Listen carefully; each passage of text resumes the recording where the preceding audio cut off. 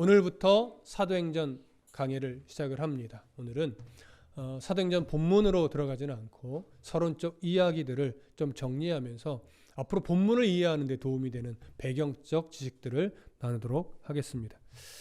사도행전은 누가복음과 함께 기독교 기원의 역사를 밝히는 아주 중요한 책입니다. 누가복음이 예수님의 탄생을 기점으로 시작해서 대략 30년간 있었던 예수님의 사역, 그리고 예수님의 고난, 예수님의 죽음과 십자가 부활, 그리고 그의 승천까지의 내용을 다루고 있었다면 사도행전은 그와 함께 예수의 부활 이후의 이야기를 시작으로 해서 대략 30년 동안 있었던 베드로와 바울, 그리고 다른 사도들을 중심으로 해서 복음이 확장해 나아갔던 그 역사를 기록하고 있습니다. 만일 사도행전이 없었다면 아마도 우리는 예수님의 승천 이후에 제자들이 변화된 모습을 알 수 없었을 것이고, 또 성령이 어떻게 우리에게 임하게 되었는지 알 수 없었을 것입니다. 또한 예루살렘에서부터 로마까지 복음이 어떻게 확장되어 갔는지 그 과정을 알 수 없었을 것이죠. 또한 복음서에는 등장하지 않았던 사도 바울이 어떻게 사도가 될 수 있었으며 어떻게 이방인을 위한 사도로서 하나님 앞에 부름받게 되었는지 그 지식도 알 수 없었을 것입니다. 그와 함께 여러 서신서들의 배경이 될 수 있는 그 이방 지역의 교회들이 어떻게 탄생할 수 있었는지 그 지식 또한 알 수 없었을 것입니다. 이런 차원에서 본다면 사도행전은 복음서와 서신서들 이 사이에 빈 공간을 채워주는 어떤 그 다리 역할을 하는 책이다라고도 말할 수 있을 것입니다. 이 말이 무슨 의미냐면 한 예를 두 가지 정도만 들어보면 이렇습니다. 빌립보서에 기록된 이 서신의 내용을 우리가 더 바르게 이해하려면 어떠한 지식이 우리에게 필요하느냐? 사도행전 16장에 기록되어 있는 빌립보의 복음이 전해지고 교회가 세워진 이 배경적 지식들을 공부해 놓으면 빌립보서를 이해하는데 훨씬 더 도움이 됩니다. 또한 데살로니가 전서와 후서를 이해하기 위해서는 사도행전 17장에 기록되어 있는 데살로니가의 복음이 들어가고 복음이 세워지며 교회가 세워진 이 배경적 지식들을 먼저 공부를 하게 되면 데살로니가 전서 후서를 이해하는 데 훨씬 더 도움이 된다라고 하는 그런 의미입니다. 그러니까 이런 차원에서 사도행전은 복음서와 서신서 사이에 중요한 교량 역할을 하는 아주 귀한 책임을 알 수 있는 거죠. 이렇게 귀한 사도행전을 우리가 이해할 때에 우리에게는 선입견이 하나 있습니다. 그것이 뭐냐면 이 서신서들의 중요 핵심 인물로서 베드로와 바울을 꼽고 그 중에서도 우리는 바울에 조금 더 초점을 맞추게 되면서 마치 사도행전의 이야기는 베드로와 바울 그리고 일부 여러 사도들이 복음을 전하는 그런 사도들의 이야기다. 이렇게 이해하고 있는 것이 우리의 보편적인 이해입니다. 그것이 틀린 것은 아니지만 사도행전을 처음부터 끝까지 이렇게 깊이 살펴보다 보면 그들이 주된 내용의 자리에 기록되어 있음에도 불구하고 사도행전은 그들에게 초점을 맞춘 기록이 아니라 그들을 도구로 사용하여 복음의 확장을 이끌어 가시는 하나님의 역사를 기록한 책이다라고 우리가 봐야 한다라고 하는 것, 이것을 깨닫게 되는 것이죠. 그렇기 때문에 사도행전은 구원의 복된 소식을 땅끝까지 전하시기 위해서 여러 사도들을 도구로 사용하시는 하나님의 흥미진진한 역사 기록이다. 이렇게 정리할 수 있을 겁니다. 이러한 사도행전 누가 기록했을까요? 바로 이 질문이 우리는 힌트가 된다는 것 잘 알고 있을 겁니다. 사도행전의 저자는 성경 안에서는 명시적으로 밝히고 있지 않지만 많은 학자들이 동일하게 인정하는 것은 바로 의사였던 누가입니다. 그래서 누가복음과 사도행전은 의사였던 누가, 바울의 전도 여행에 함께 늘 동참했던 이 누가가 저자로 우리가 인정을 하고 있지요. 하지만 누가복음도 그렇고 사도행전도 그렇고 명시적으로는 이 저자를 밝히고 있지는 않습니다. 왜냐하면 당시에 1차 독자였던 수신자 사람들은 이 책의 저자가 누구인지를 정확하게 알고 있었기 때문입니다. 하지만 2000년 정도가 지난 오늘의 우리는 이 저자를 사실은 어떤 근거 자료를 통해서 확인하지 않는 이상 정확하게 알기 어렵죠. 그래서 우리가 저자를 누가라고 인정을 하지만 왜 누가인지를 조금 근거를 가지고 나눠볼 필요는 있을 겁니다. 자, 내적인 증거와 외적인 증거를 가지고 우리가 누가가 저자가 맞구나를 확인할 수 있는데, 먼저 내적인 증거를 보면 이렇습니다. 저자가 누구인지 모른다라고 하는 전제하에 사도행전과 누가복음을 비교해 보면 동일한 저자의 기록이구나 이렇게 알게 됩니다. 왜 그러냐면 누가복음을 한번 가보시죠. 누가복음 1장으로 한번 가봅니다. 누가복음 1장 1절부터 4절까지 함께 읽어보겠습니다. 누가복음 1장 1절부터 4절까지. 자, 찾으셨으면 함께 읽습니다. 시작. 우리 중에 이루어진 사실에 대하여 처음부터 목격자와 말씀에 일꾼된 자들이 전하여 준 그대로 내력을 저술하려고 붓을 든 사람이 많은지라. 그 모든 일을 근원부터 자세히 미루어 살핀 나도 데오빌로 각하에게 차례대로 써 보내는 것이 좋은 줄을 알았노니 이는 각하가 알고 있는 바를 더 확실하게 하려 함이로라. 자, 여기에 누가 등장해요? 데오빌로 각하가 등장하면서 데오빌로 각하에게 무엇인가 복음에 대한 더 확실한 지식을 전달하려고 하는 의도로 쓴다라고 기록을 합니다. 이제 다시 사도행전으로 돌아오셔서 1절부터 3절까지를 다시 한번 읽어보겠습니다. 사도행전 1장 1절부터 3절 시작. 데오빌로여, 내가 먼저 쓴 글에는 무릇 예수께서 행하시며 가르치시기를 시작하신부터 그가 택하신 사도들에게 성령으로 명하시고 승천하신 날까지의 일을 기록하였노라. 그가 고난받으신 후에 또한 그들에게 확실한 많은 증거로 친히 살아계심을 나타내사 40일 동안 그들에게 보이시며 하나님 나라의 일을 말씀하시니라. 아멘. 자, 여기 보면 사도행전에서도 동일하게 누구의 이름이 등장합니까? 데오빌로가 등장을 합니다. 사도행전 또한 데오빌로에게 이 책을 보내면서 데오빌로에게 필요한 기독교적 지식, 예수님께서 부활 이후에 승천 이후의 행적들을 또 전달을 하는 겁니다. 이런 것을 볼 때 동일한 수신자에게 동일한 목적을 가지고 이 책을 사도행전을 쓰고 있음을 우리는 알 수 있습니다. 그렇다면 전제가 하나 생기죠. 누가복음과 사도행전은 동일한 저자가 동일한 목적을 가지고 쓴 책이구나, 이것을 알 수 있습니다. 그리고 누가복음과 사도행전의 내용을 연결해 보면 너무나 자연스럽게 연결이 됩니다. 우리가 사도행전 1장 1절부터 3절의 내용을 읽었지만 이 1절부터 3절의 내용은 누가복음 전체의 내용을 요약한 것과 똑같습니다. 그래서 예수의 승천까지를 기록한 누가복음에 이어서 이 사도행전은 그 승천까지 내용을 간략하게 요약한 이후에 부활 이후 승천 사이에 있었던 40일간에 있었던 일과 함께 그 승천 이후에 이 예수님께서 어떻게 성령을 보내시고 어떻게 복음의 확장을 이루어 가셨는지를 너무나 자연스럽게 연결하며 이어갑니다.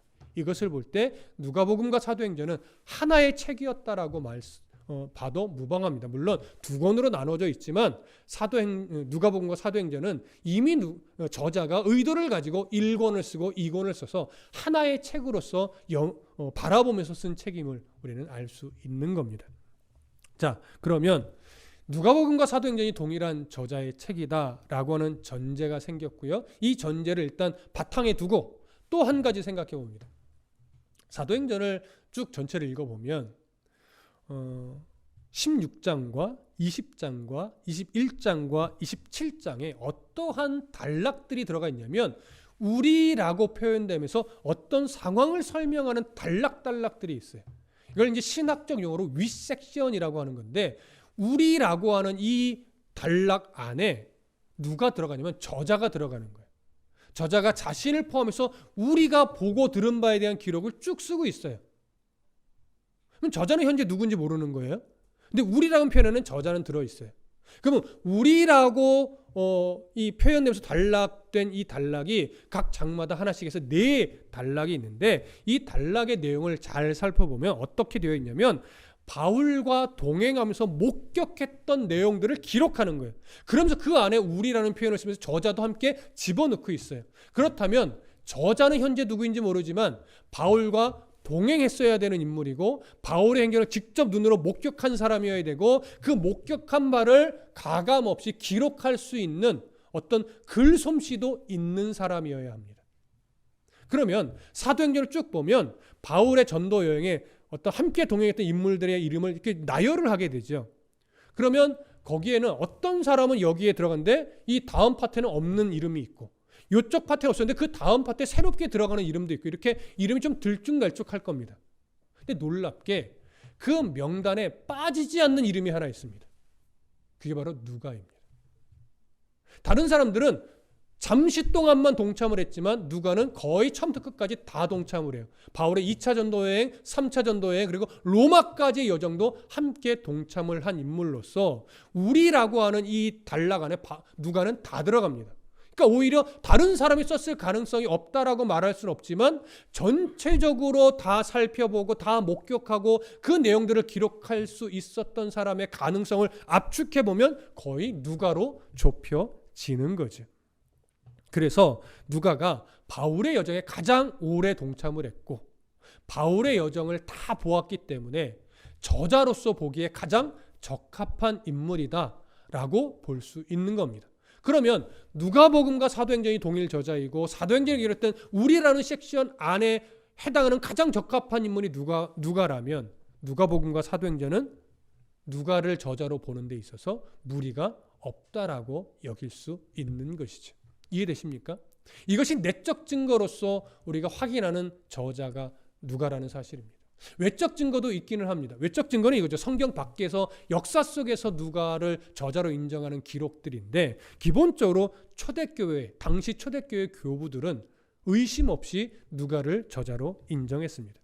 그리고 그 이후에 교회의 전승에 내려오는 이 기록에서도 누가가 자신의 여행을 기초로 해서 사도행전을 썼다라고 또 기록을 하고 있습니다. 근데 오늘날 우리는 사실 누가에 대해서 많은 인지도가 있어요. 누가에 대해서. 그런데 초대교회 당시에는 누가에 대한 인지도가 별로 없을 때입니다. 인지도가 별로 없는 누가를 누가복음과 사도행전의 저자로 초대교회 교부들이나 초대교회 전승에서 기록하고 있다라고 하는 것은 그들이 신중함 없이 함부로 썼다라고 하는 의미가 아니라 그들의 그 신중함을 통해서 누가를 저자로 봤을 때는 아무 근거나 아무 이유 없이 누가로 저자를 볼 수 없다라고 여겨지게 되는 거죠. 그래서 이런 외적 기록을 통해서도 우리는 누가가 저자로 보는 데 있어서 무리가 없다라고 여겨집니다. 그래서 너무나 당연한 이야기지만 우리는 누가복음과 사도행전의 저자를 누구로 봐요? 의사였던 누가로 볼 것입니다. 그러면 누가를 저자로 본다면, 인정한다면 무엇을 하나 정리할 필요가 있냐면 누가는 정말 복음서와 사도행전을 쓸 만한 자질을 가지고 있었던 사람인가? 이걸 하나 점검해 보실 필요가 있죠.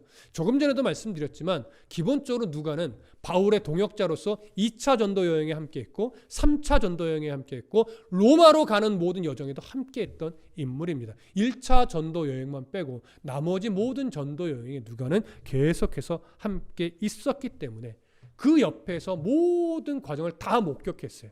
그러니까 기록할 만한 지식은 충분히 가지고 있었던 사람이다.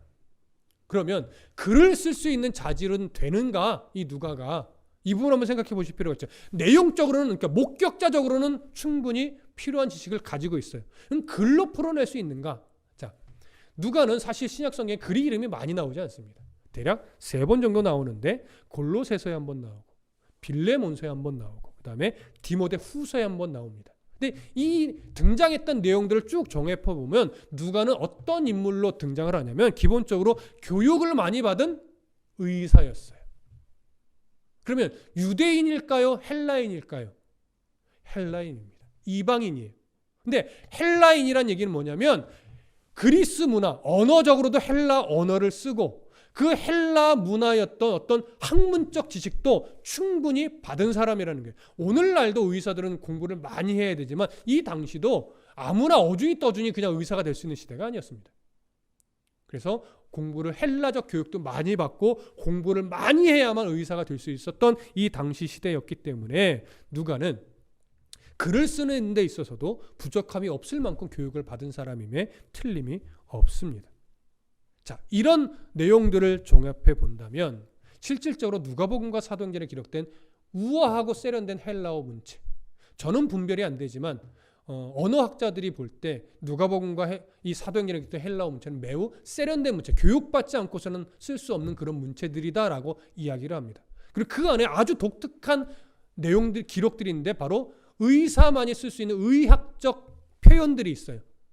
그런 표현들을 볼 때 세련된 문체와 의학적 용어들을 감안해 볼 때 교육을 많이 받은 의사였던 누가가 아니고서는 이런 글을 쓸 수 없다라고 보는 것이죠. 그래서 누가는 경험적으로도 사도행전과 누가복음을 기록할 만큼의 경험을 했고, 그 다음에 글을 쓸 수 있는 학문적 수준도 충분히 이런 글을 쓸 수 있을 만큼의 교육을 받은 사람이고, 또 의사였기 때문에 의학적 문체를 쓰기에도 아주 적합한 인물입니다. 그래서 누가를 저자로 보는데 아주 큰 문제가 없고, 우리는 누가를 저자로 보면서 앞으로 사도행전을 살펴볼 것입니다. 자, 이해되시죠? 자, 이렇게 우리는 누가라고 하는 인물, 저자에 대해서도 어느 정도 정리를 했습니다. 그러면 사도행전은 언제 어디서 기록을 했을까요?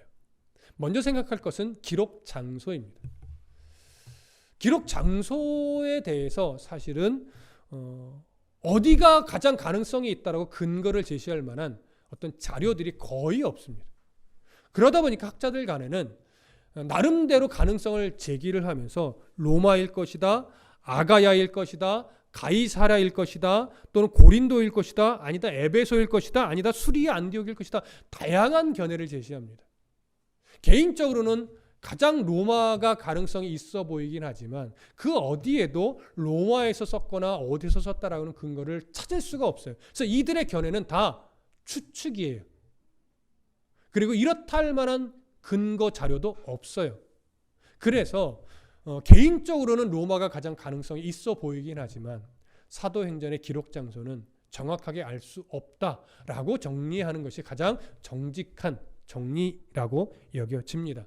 기록 장소를 몰라도 사실 사도행전을 이해하는 데는 크게 문제가 되지 않기 때문에 우리는 사도행전의 기록 장소는 모른다라고 정리를 할 겁니다. 그러나 기록 시기는 어느 정도 추측이 가능합니다. 왜냐하면 근거가 되는 어떤 내용들이 조금은 있기 때문에. 하지만 세 가지 견해로 나눕니다.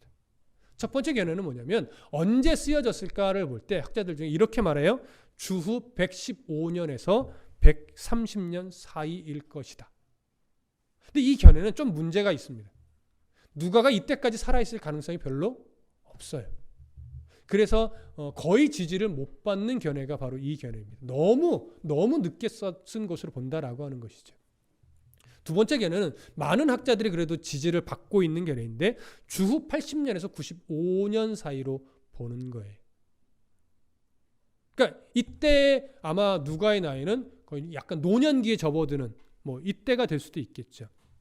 아니면 중후반이라든가 정확하게 나이를 알 수는 없지만 이때로 보면 전제가 하나 생깁니다. 주후 80년에서 95년 사이로 보면 전제가 하나 생기는데 무슨 전제냐면 기독교 역사의 큰 사건이 이 80년 이전에 세 가지가 있어요. 첫 번째 뭐냐면 주후 70년에 있었던 예루살렘의 멸망입니다. 그리고 67년경에 있었던 바울의 죽음입니다. 그리고 64년경에 있었던 네로 황제에 의한 기독교 핍박이에요.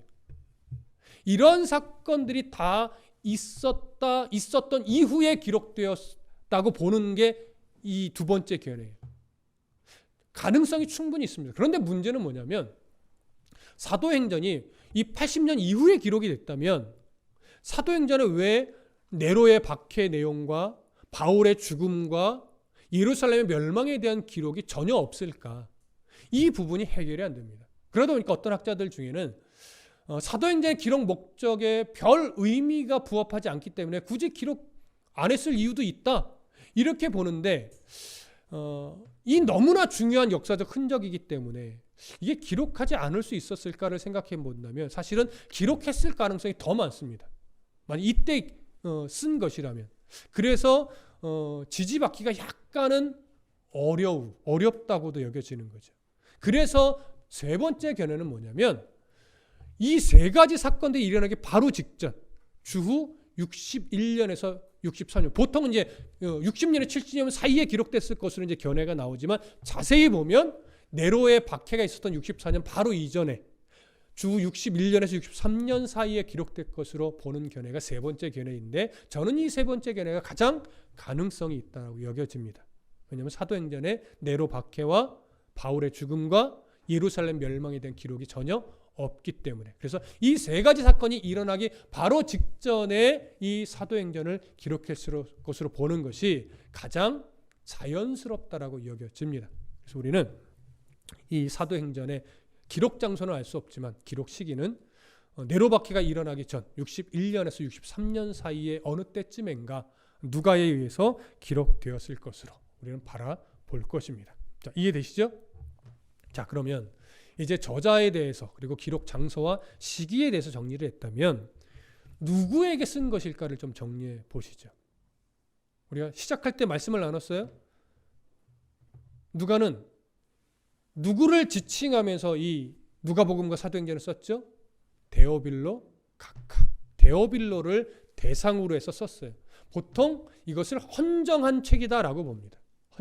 헌정이라는 건 이런 겁니다. 당시에 어떤 문화가 있었냐면 좀 가난한 자 중에 이제 글을 쓰잖아요. 책을 내고 싶은데 가난해요. 그러면 자신의 어떤 글을 인정해주는 좀 부유한 자 내지는 권세자에게 이 책을 헌정합니다. 그러면 이 사람의 글을 인정해주는 그 사람은 이 책을 헌정받고 나서 이 책이 출판이 되고 보급될 수 있도록 지원을 아끼지 않아요. 이게 당시 그리스 문화에 자리 잡아 있던 어떤 문화적 한 부분입니다. 그래서 많은 사람들이 책을 출간하고 보급하기 위해서 자기를 인정해주는 누군가에게 책을 헌정하는 문화가 꽤 많이 있었습니다.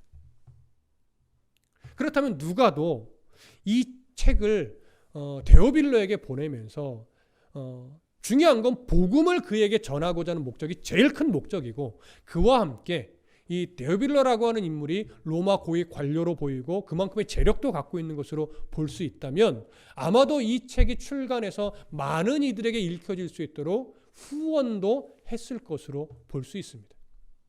그래서 데오빌로에게 헌정하지 않았을까 이렇게 보는 것이 대부분의 학자들의 견해이죠. 그러면 좀 전에 언급했죠. 데오빌로는 어떤 인물이라고요? 로마 고위 관료로 봅니다. 그 이유는 누가복음에서 각하라고 하는 호칭을 쓰고 있기 때문에 그렇습니다. 물론 각하라고 하는 호칭은 귀족에게도 쓸 수 있고 로마 고위 관료에게도 쓸 수 있는 표현이긴 합니다. 하지만 사도행전에 보면 이 각하라는 표현을 누구에게도 썼냐면 식민지의 어떤 지역마다 통치자로 세움받은 베스도라고 하는 인물도 있고 베릭스라고 하는 사람도 있는데 이 인물에게 각하라는 표현을 사도행전에 쓰고 있어요. 그렇다면 이들에게 썼던 동일한 표현을 데오빌로에게 썼다면 데오빌로에게는 단순하게 귀족 차원이나 어떤 경외하는 마음의 차원에 썼다기보다 이 사람도 똑같은 통치자의 수준에 있었던 고위 관료였기 때문에 각하라는 표현을 썼다고 보는 것이 오히려 더 자연스럽습니다.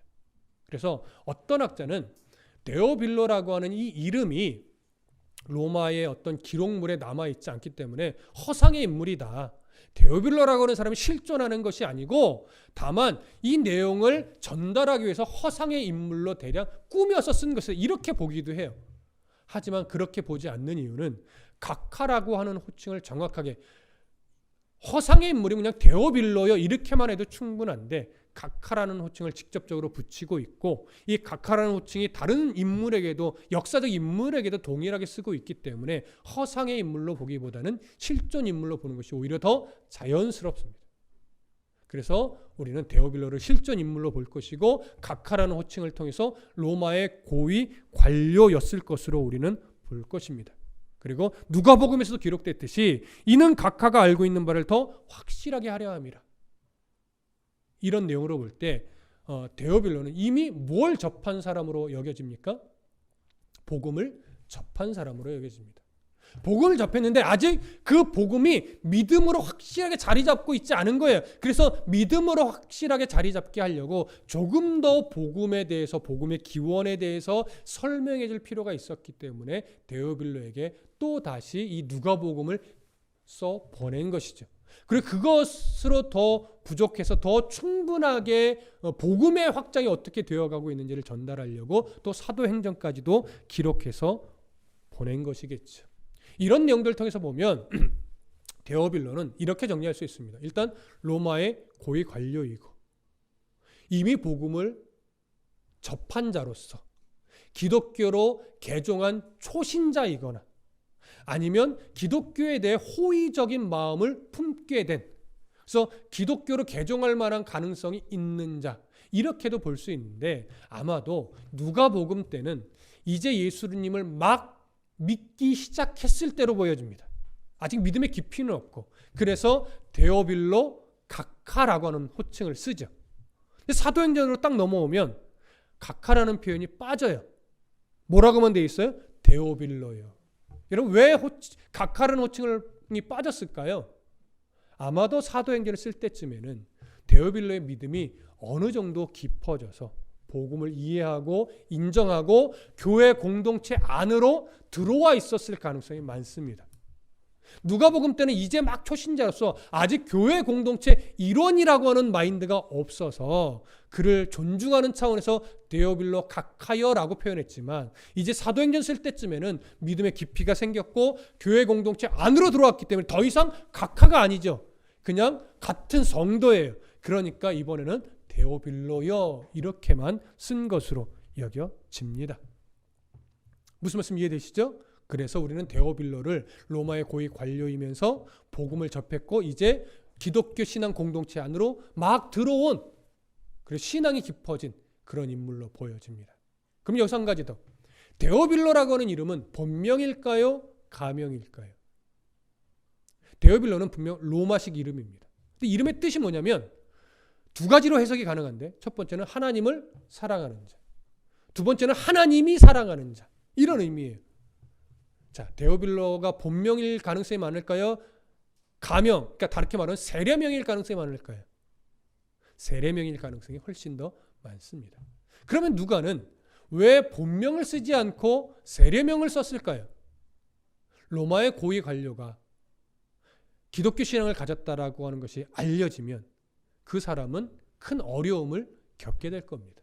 그래서 그 사람을 배려하는 차원에서 세례명을 써서 보내면 큰 위험은 초래하지 않겠다라고 여겨서 데오빌로라고 하는 세례명을 써서 보냈을 것으로 그렇게 보는 겁니다. 자, 무슨 말씀 이해되시죠? 네, 이렇게 데오빌로는 기독교 공동체 안으로 들어왔던 로마 고위 관료였습니다. 그리고 그의 이름은 현재 본명은 알 수 없고 세례명으로만 우리는 알게 된 것이죠. 그러면 분명 데오빌로에게 헌정된 이 누가복음과 사도행전, 특히 사도행전은 데오빌로에게 헌정이 됐는데 데오빌로 한 사람을 위해서만 쓴 책일까요? 그렇지는 않을 겁니다. 아까도 말씀드렸듯이 헌정이라고 하는 당시 문화는 이 책이 출판이 되고 여러 곳에 보급될 수 있도록 후원을 아끼지 않을 수 있는 사람에게, 후원할 수 있는 사람에게 헌정한다고 말씀드렸습니다.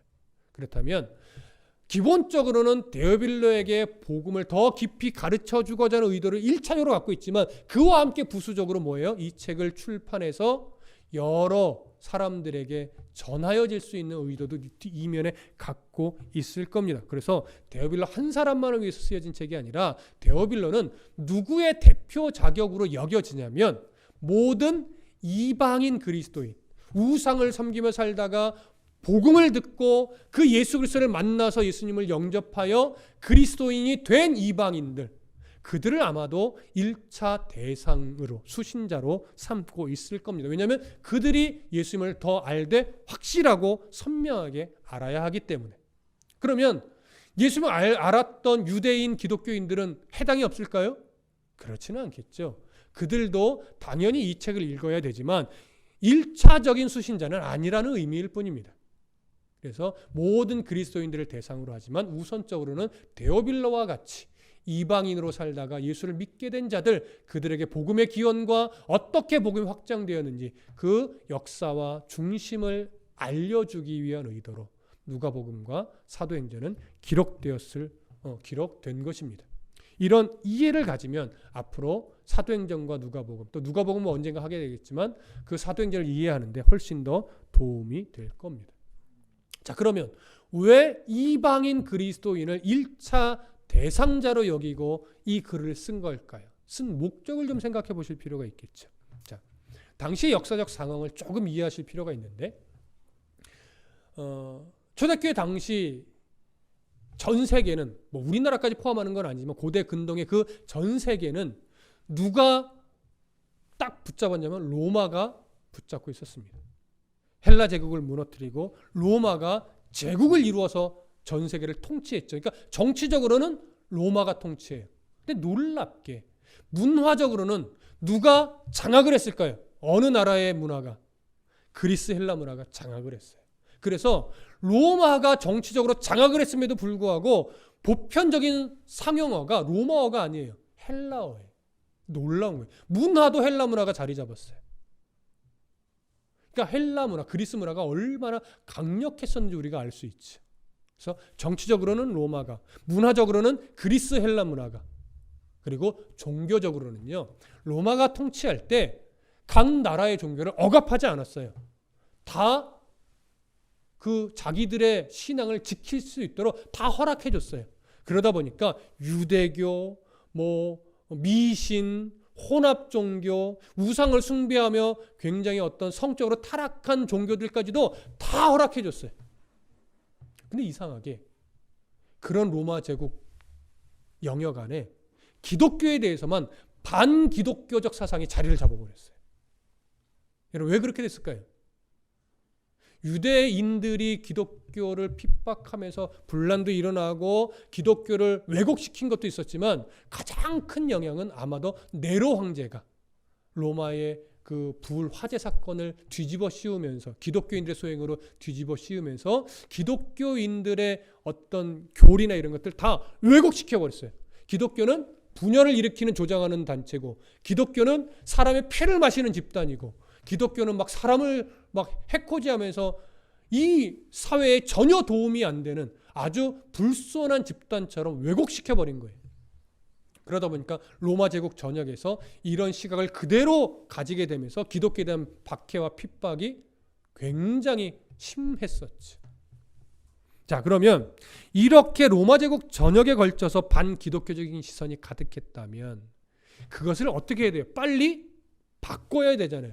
로마 제국이 기독교가 우리가 알고 있던 대로 그렇게 사악한 집단이 아니구나 만 인정하면 기독교는 박해의 대상에서 제외가 돼요. 그러면 복음을 확장시키는데 훨씬 더 효과적으로 행할 수가 있게 되겠죠. 그래서 이 누가는요, 누가복음과 사도행전을 기록하면서 어떤 목적을 뒀냐면, 첫 번째는 이방인 기독교인들이 로마 제국에 팽배하게 있던 반기독교적 시선이 잘못된 것을 빨리 깨달아야 돼요. 그러니까 기독교의 기원과 기독교의 내용이 무엇이며 어떻게 복음이 전달했는지 로마 사람들이 알고 있는 것과 다르다는 걸 빨리 가르쳐줘야 됐어요. 우선적으로. 그래서 누가복음과 사도행전이 필요했고, 그러면서 그것과 함께 로마 제국의 다른 사람들도 이 기록들을 통해서 기독교가 우리가 알고 있는 것과 다르구나, 우리가 왜곡되게 알고 있었구나, 이렇게 하면서 로마 제국하에서 기독교가 인정받을 수 있게 하기 위한 의도도 있습니다. 그렇게 돼야 복음이 온 땅끝까지 퍼져나가는데 훨씬 더 도움이 되니까. 무슨 말씀 이해되시죠? 그것과 함께 또 하나 보자면 부수적으로 당시 유대인들 중에 기독교인이 된 사람과 이방인들 중에 기독교인이 된 사람들이 이상하게 하나가 잘 안 됐어요. 서로가 서로를 좀 견제하고 이게 좀 나눠져 있었는데, 이건 나눠질 문제가 아니다. 유대 기독교인들과 이방 기독교인들은 충돌되는 관계가 아니라 그리스도의 은혜 안에서 하나의 관계를 이루어야 된다. 한 공동체다. 이걸 가르쳐주기 위한 의도도 있습니다.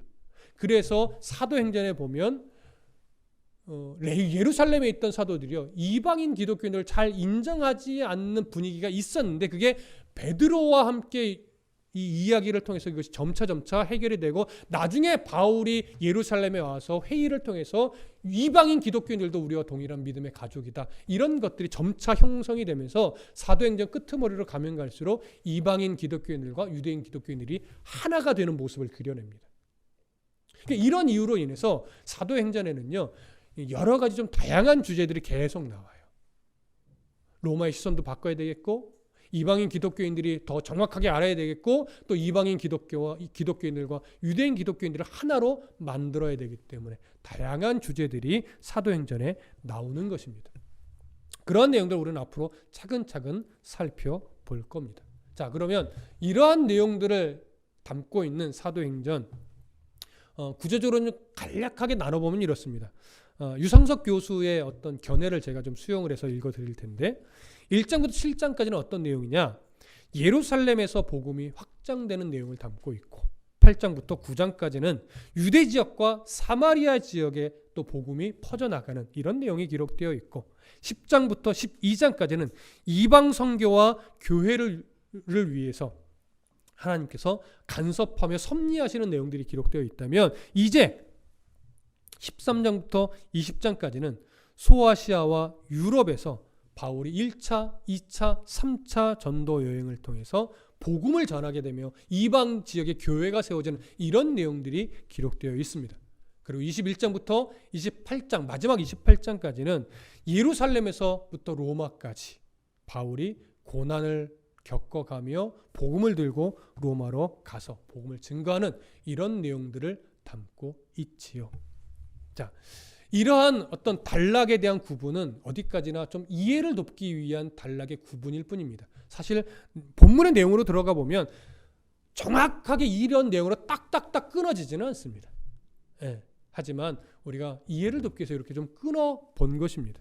자, 앞으로 차근차근 이제 이 내용을 살펴볼 건데, 앞으로 이 사도행전의 내용을 우리가 본문 안에서 하나둘씩 찾아보면서 무엇보다도 놓치지 말아야 될 것은 뭐냐면, 우리가 믿고 있는 기독교 역사가 어떻게 정말 출발했는가, 그래서 어떤 과정을 거쳐서 복음이 확장됐고 그 확장이 결국은 시대의 역사를 통해서 우리에게까지 전달된 것이구나, 이런 놀라운 은혜를 발견하시길 소망하고요. 보통 목사님들이 설교할 때 마지막에 이런 매듭을 질 때가 많습니다. 이제 사도행전은 28장으로 정리가 되지만 사도행전은 끝이 아닙니다. 사도행전의 역사는 29장의 내용을 기록해야 되는데 그건 우리들이 기록해 가야 되는 역사입니다. 이렇게 표현할 때가 많아요. 무슨 말이에요? 사도행전은 결국 복음이 퍼져나가는 역사에 대한 기록이라면, 그 복음이 확장되는 역사는 28장으로 끝난 역사가 아니라 오늘 우리를 통해서 계속 이어가야 되는 역사라는 의미입니다. 그렇다면 모든 그리스도인들은 사도행전을 아멘으로 받고 끝나서는 안 됩니다. 하나님, 이 복음이 이 과정을 통해서 오늘날 결국 우리에게까지 전달됐는데, 하나님, 우리는 이 복음을 갖고만 있는 신앙이 되지 않게 도와주시고, 어찌 되었든 우리의 인생을 통해서 한 영혼에게라도 나에게 주어진 복음이 전달되는 인생이 될 수 있도록, 그래서 나의 인생이 사도행전 29장의 한 모퉁이의 기록으로 살 수 있는 그런 인생이 되게 해달라고, 사도행전 29장의 흔적이 되는 삶이 되게 해달라고 우리가 기도하면서 사도행전의 역사를 삶으로 받아내셔야 할 것입니다. 이런 믿음의 진보가 앞으로 사도행전의 기록을 통해서 나누며 배우고 또 결단이 일어나기를 간절히 소망하고 축복합니다. 기도하겠습니다.